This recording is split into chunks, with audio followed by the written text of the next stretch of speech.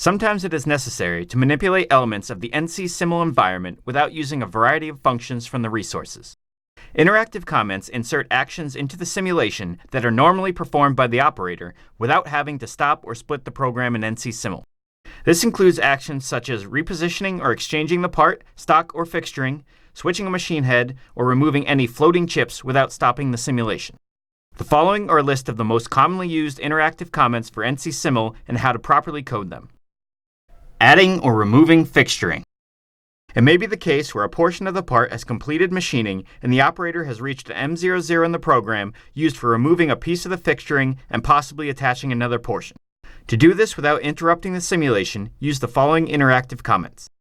Clamp remove number and clamp add number, where the number is the position in the setup tree of the argument in the current process, beginning with 1 and progressing top to bottom.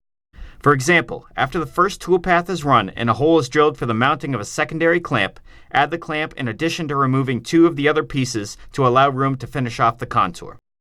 To do this, add the comments clamp remove number 2, clamp remove number 6, clamp remove number 4, clamp remove number 8, and finally, clamp add number 10. The fixture is updated and the program does not have to be split. From here, continue to error check to make sure the program doesn't collide with any of the remaining fixturing in the environment.